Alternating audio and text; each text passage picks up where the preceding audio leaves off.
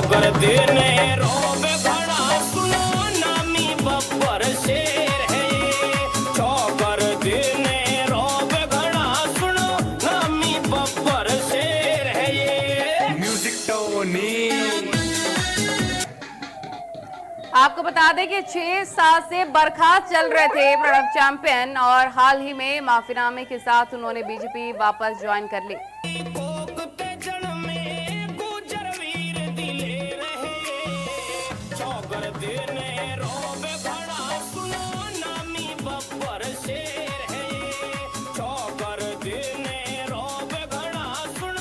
क्या आपको बता दें चैंपियन का एक वीडियो काफी ज्यादा वायरल हुआ था जिसमें वो बंदूक लहराते हुए नजर आए थे, लेकिन एक बार फिर से वापसी हो चुकी है। धर्मेंद्र चौधरी तमाम जानकारी के साथ हमारे साथ जुड़िए। धर्मेंद्र, एक बार फिर से वापसी के बाद जिस अंदाज में नजर आ रहे हैं रोड शो करते हुए प्रणब चैंपियन, क्या जानकारी?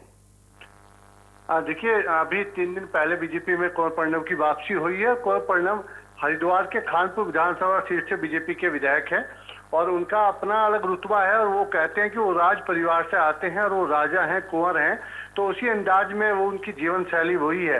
हालांकि अब 13 महीने जब उन्हें बीजेपी से निष्कासित कर दिया था उसके बाद से उनकी कोई गतिविधि सामने नहीं आई थी, लेकिन जब बीजेपी में दोबारा उनकी वापसी हुई है तो फिर से एक बार वो उसी अंदाज में नजर आए हैं हरिद्वार में। और खानपुर अपने विधानसभा सीट में उन्होंने एक रोड शो किया है। रोड शो में उसमें कई दर्जन कह सकते हैं गाड़ी उनके साथ मौजूद थी।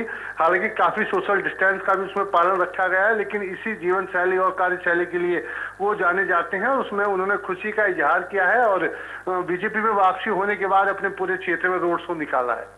बिल्कुल, सीधे तौर पर खबरें ये भी मिल रही थी धर्मेंद्र की इनके वापसी को लेकर, चैंपियन की वापसी को लेकर क्या खटपट बीजेपी के भीतर भी चल रही है?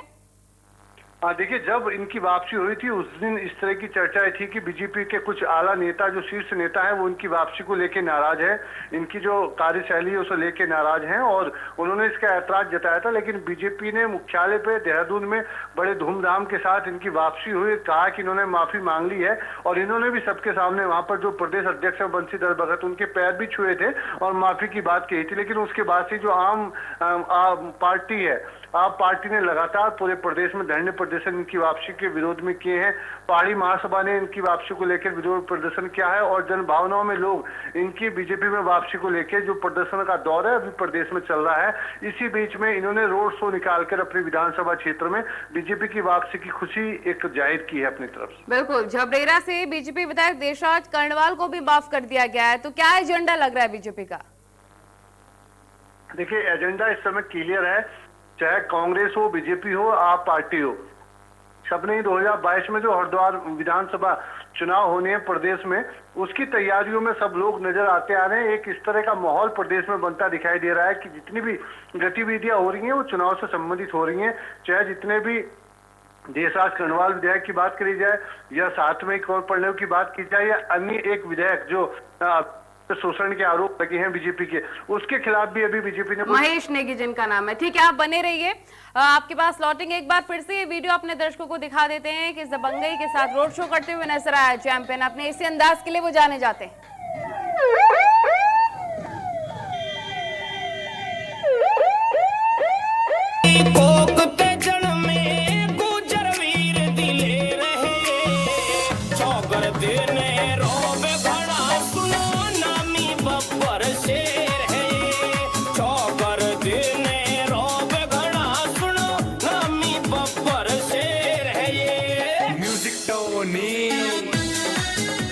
धर्मेंद्र, बहुत शुक्रिया तमाम जानकारी के लिए। खबरों में आगे बढ़ेंगे। उत्तराखंड में कोरोना का कहर रफ्तार के साथ बढ़ता हुआ। कोरोना अपडेट अब आपको दे देते हैं। बीते 24 घंटे में 530 नए मरीज मिले हैं और प्रदेश में मरीजों की संख्या 16,549 पहुंच चुकी है और अब तक 219 लोगों की मौत भी हो चुकी है।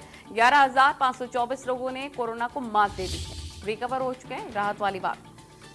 उत्तराखंड में कोरोना अपडेट क्या है, बड़ी खबर के माध्यम से आपको बता रहे हैं। उत्तराखंड वासियों के लिहाज से महत्वपूर्ण खबर। ताजा अपडेट क्या है ये जानिए आप। 219 लोगों की अब तक मौत हो चुकी है। 11,524 लोगों ने कोरोना को अब तक मात दे दी है।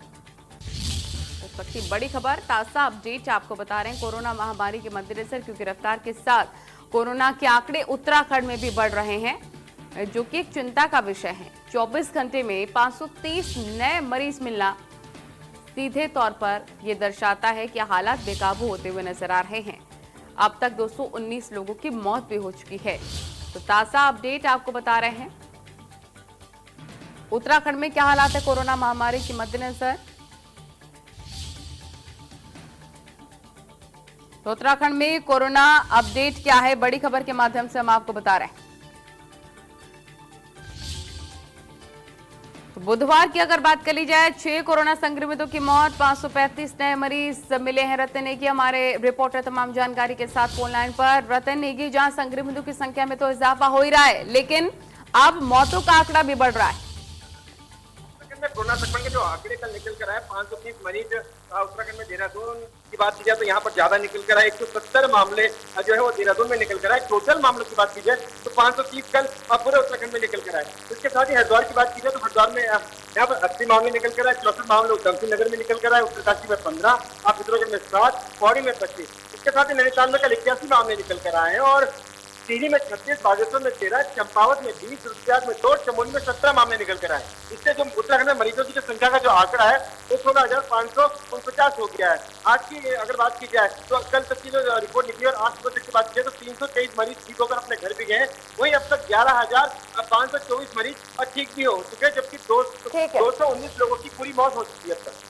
बहुत शुक्रिया तमाम जानकारी साझा करने के लिए रतन नेगी। इस बीच एक और बड़ी खबर मिल रही है, उससे भी अपने दर्शकों को रूबरू करवा दें। इस वक्त की बड़ी खबर हल्द्वानी से आ रही है, उससे आपको रूबरू करवा देते हैं। इस वक्त की बड़ी खबर, जहां पर नेता प्रतिपक्ष इंदिरा हृदय का उपवास है, व्रत है उनका। हल्द्वानी बुद्ध पार्क में 11 बजे से उपवास उनका शुरू हो जाएगा। तो प्रदेश में बदहाल स्वास्थ्य सुविधाओं को लेकर उपवास कर रहे हैं इंदिरा हृदय और हल्द्वानी बुद्ध पार्क में 11 बजे से उपवास उनका शुरू हो जाएगा। नेता प्रतिपक्ष इंदिरा हृदय का उपवास। बड़ी खबर आपको हल्द्वानी से बता रहे हैं। बदहाल स्वास्थ्य व्यवस्था जो है प्रदेश में, उसके मद्देनजर उन्होंने बड़ा फैसला लिया है उपवास रखने का। बुद्ध पार्क में 11 बजे से उनका व्रत शुरू हो जाएगा।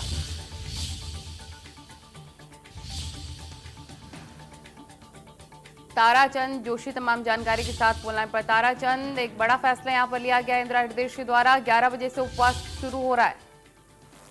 जी देखिए, नेता प्रतिपक्ष इंदिरा हृदय सरकार के खिलाफ आज 1 दिवसीय उपवास पर यहाँ पर बैठने वाली हैं और उसका जो मेन मुद्दा उन्होंने बनाया है वो स्वास्थ्य सेवाओं की जो बदहाली है उसको लेकर बनाया, क्योंकि जिस तरह से कोरोना का कहर है और नैनीताल जिले में कोरोना के जो आंकड़े हैं वो 4000 के आसपास पहुंच चुके हैं। और सबसे बड़ी बात यह है कि जो सबसे बड़ा आइसोलेशन सेंटर यहाँ पर कुमाऊं का बनाया गया है, सुशीला तिवारी अस्पताल, उसमें आए दिन कुछ न कुछ ऐसे मामले सामने आते हैं जिसमें कोरोना मरीज जो वहाँ पर भर्ती हैं उनके साथ कभी खाने को लेकर दिक्कतें होती हैं, कभी वहाँ से कैदी भी बीच में वहाँ से भागे थे जो कोरोना से पॉजिटिव थे, और कई ऐसे मामले, कई ऐसी खामियां वहाँ पर निकली हैं कि जो पेशेंट हैं वो काफ़ी परेशान वहाँ पर हैं। और उसी सब को लेकर नेता प्रतिपक्ष आज 1 दिवसीय उपवास पर हैं और उनका ये कहना है कि जिस तरह से स्वास्थ्य महकमा खुद मुख्यमंत्री संभाल रहे हैं और बावजूद इसके प्रदेश में जो स्वास्थ्य सुविधाओं का जो हाल है उससे जनता खिन्न है, और उसी सब को लेकर वो आज 1 दिवसीय उपवास यहाँ पर हल्द्वानी के बुद्ध पार्क में रखने वाली हैं। जी ठीक है, बहुत शुक्रिया आपका तमाम जानकारी साझा करने के लिए। तो 11 बजे से उपवास शुरू हो जाएगा। इस बीच एक और बड़ी खबर देहरादून से मिल रही है, सूत्रों के हवाले से बड़ी खबर मिल रही है। दुष्कर्म के आरोपी विधायक महेश नेगी का बड़ा बयान सामने आया, कहा कि मैं किसी भी जांच के लिए तैयार हूं, मुझे महिला द्वारा साजिश के तहत फंसाया जा रहा है, मुझे फंसाने में कुछ कांग्रेसी नेता भी शामिल हैं। उन्होंने कहा कि मैं जल्दी सभी साक्ष्यों के साथ मीडिया के सामने आऊंगा। प्रदेश अध्यक्ष बंशीधर भगत के सामने विधायक ने ये तमाम बातें अपनी रखी हैं।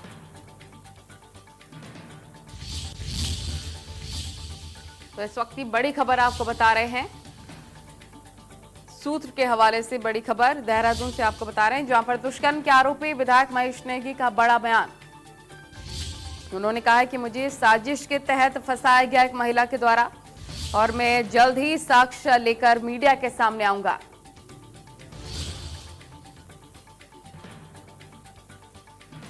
उन्होंने कहा मुझे फंसाने की कोशिश की गई है, रतन नेगी तमाम जानकारी के साथ फोन लाइन पर। रतन नेगी, सूत्र बता रहे हैं कि सीधे तौर पर दुष्कर्म के आरोपी विधायक महेश नेगी ने कहा कि मुझ पर झूठा आरोप लगाया गया है।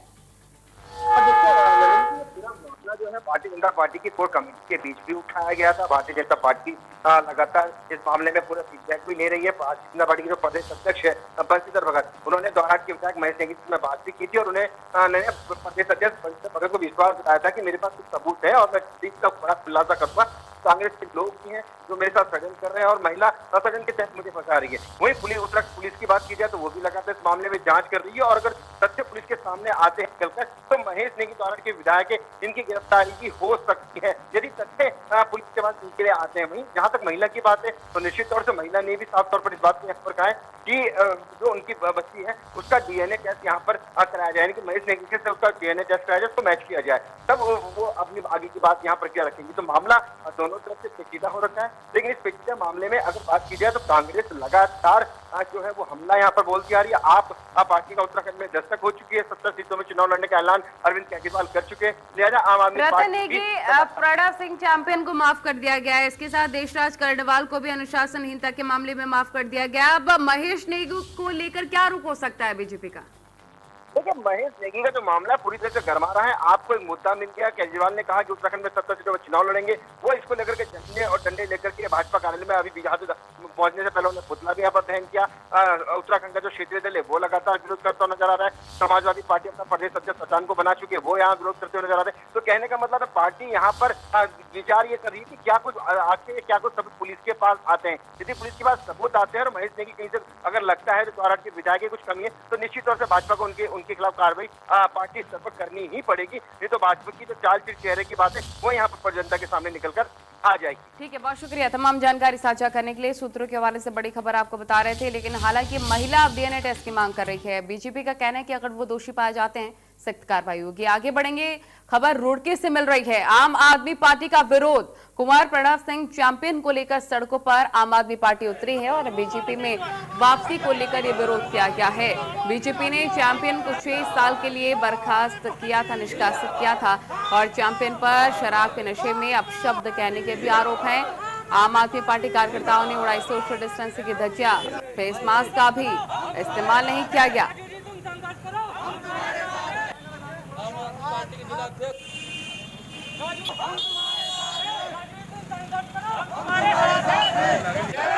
भारत माता की, भारत माता की। हल्द्वानी के बिंदु खता इलाके में एक स्वर्ण महिला द्वारा दलित समाज के एक परिवार को जाति सूचक शब्द कहकर अपमानित करने के मामले में आरपीआई के प्रदेश अध्यक्ष यशपाल आर्य ने आत्मदाह करने का प्रयास किया है। तो जाति सूचक शब्द कहने पर यह बवाल हुआ है। पूर्व सूचना के तहत यशपाल आर्य द्वारा की गई कार्रवाई पर मौके पर मौजूद पुलिस ने तत्काल गिरफ्तार भी कर लिया। यशपाल आर्य की गिरफ्तारी होने के बाद ही पार्टी के तमाम समर्थक वहां पहुंचे, नेशनल हाईवे पर जाम लगा दिया। आक्रोशित कार्यकर्ताओं ने मांग की है जाति सूचक शब्द कहने वाली महिला के खिलाफ मुकदमा दर्ज होने के बाद भी गिरफ्तारी न होने पर पार्टी में रोष है। लिहाजा इसको लेकर पूरे समाज अपने आपको अपमानित महसूस कर रहा है। वहीं पुलिस ने मौके से प्रदर्शनकारियों की गिरफ्तारी की है, अब कार्रवाई शुरू कर दी गई है। ये आपको एक्सक्लूसिव तस्वीरें दिखा रहा है।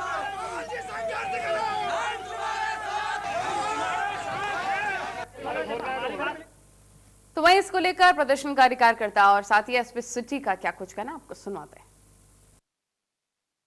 ये बिंदु खत्ता में अभी जर्नल समाज की एक गुड्डी पांडे महिला ने हमारे शिल्पकार समाज का आता अनुसूचित जाति का व्यक्ति अपना मकान बना रहा था, उसको उस महिला ने उसको जो है आता मकान बनाने से रोक दिया गया और जाति सूचक शब्दों में गाली दी है और धमकियाँ दी। तो उसी का जो है हम आरपीआई के प्रदेश संगठन मंत्री और मैं जीवन आर्य और प्रदेश अध्यक्ष यशपाल आर्य जी के नेतृत्व में आरपीआई ए अठावले जो हमारे सामाजिक अधिकार न्याय मंत्री हैं, केंद्र में गठबंधन है, तो उनके नेतृत्व में यशपाल आर्य जी के नेतृत्व में बुध पार्क में हमारा विरोध धरना प्रदर्शन किया गया। कुछ समय से बुध पार्क में एक धरना चल रहा था, उसमें एक व्यक्ति ने आज आत्मदाह का प्रयास किया और हमारी पुलिस मौके पे पहुंच गई थी उसको, तो उस हिसाब से हमने उनकी जान बचाई और उनको लेकर के हॉस्पिटल गए हैं और उसमें हमने अभी उनको 151 की कार्रवाई हम कर रहे हैं। और इससे संबंधित और भी लोगों ने जो तमाम उल्लंघन किए हैं कोविड के नियमों का, सोशल डिस्टेंसिंग का इत्यादि का, उस विषय में भी पुलिस अग्रिम कार्रवाई कर। वही संतों की सर्वोच्च संस्था अखिल भारतीय अखाड़ा परिषद ने विश्व हिंदू परिषद के अंतर्राष्ट्रीय अध्यक्ष रहे दिवंगत अशोक सिंघल को मरणोपरांत भारत रत्न देने की मांग की है। हरिद्वार में अगले साल होने वाले महाकुंभ 2021 को लेकर बुधवार को यहां के जूना अखाड़ा के प्रांगण में सभी 13 अखाड़ों के प्रतिनिधियों की अखाड़ा परिषद की बैठक का आयोजन किया गया, जिसमें कई प्रस्तावों पर चर्चा हुई। बैठक में जिन प्रस्तावों को प्रमुख रूप से पास किया गया, उनमें से प्रमुख रूप में महाराष्ट्र के पालघर में हुई संतों की हत्या की सीबीआई जांच की मांग रही। अखाड़ा परिषद ने सीबीआई जांच की मांग करते हुए कहा, जल्द ही संतों के प्रतिनिधि महाराष्ट्र के सीएम उद्धव ठाकरे से इस बारे में मुलाकात करेंगे।